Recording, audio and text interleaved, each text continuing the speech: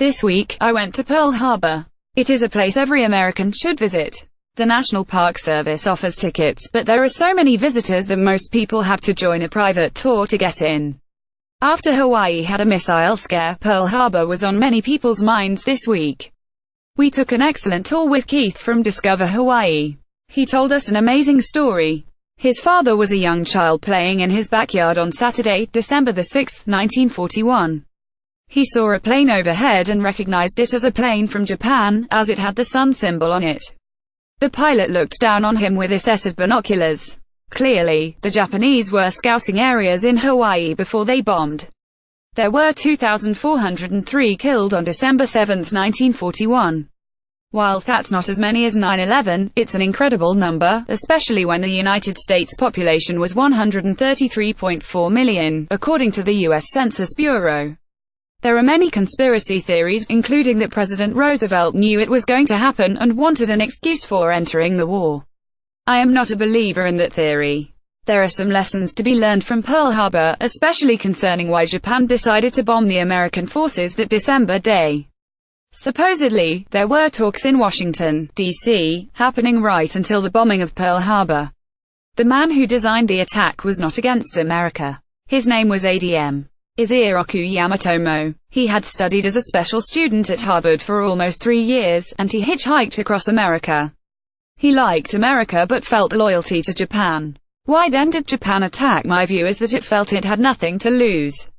The United States had imposed an oil embargo and President Roosevelt ordered the freezing of all Japanese assets in America in July 1941.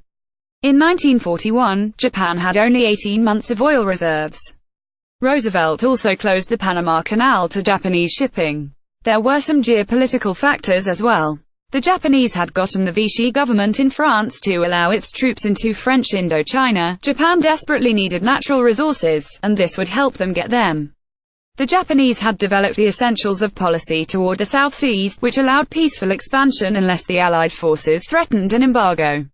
There was also a proposal B, where Japan would withdraw its troops from parts of Indochina if the United States unfroze Japan's assets.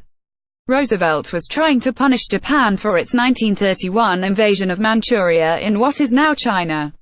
With a limited oil supply, not being able to ship through the Panama Canal, and with its assets frozen in the United States, Japan reasoned, what did it have to lose? That kind of reasoning is dangerous, especially considering the attack on Pearl Harbor and the war that ensued. Americans should be concerned that North Korea's Kim Jong-un may make the same mistaken reasoning. If the U.S. uses the United Nations to cut off trade, food support, oil and also foreign workers bringing back hard currency, North Korea might feel, as Japan did, that it has nothing to lose. According to ABC News, China accounts for nearly all of the isolated North's trade and energy supplies.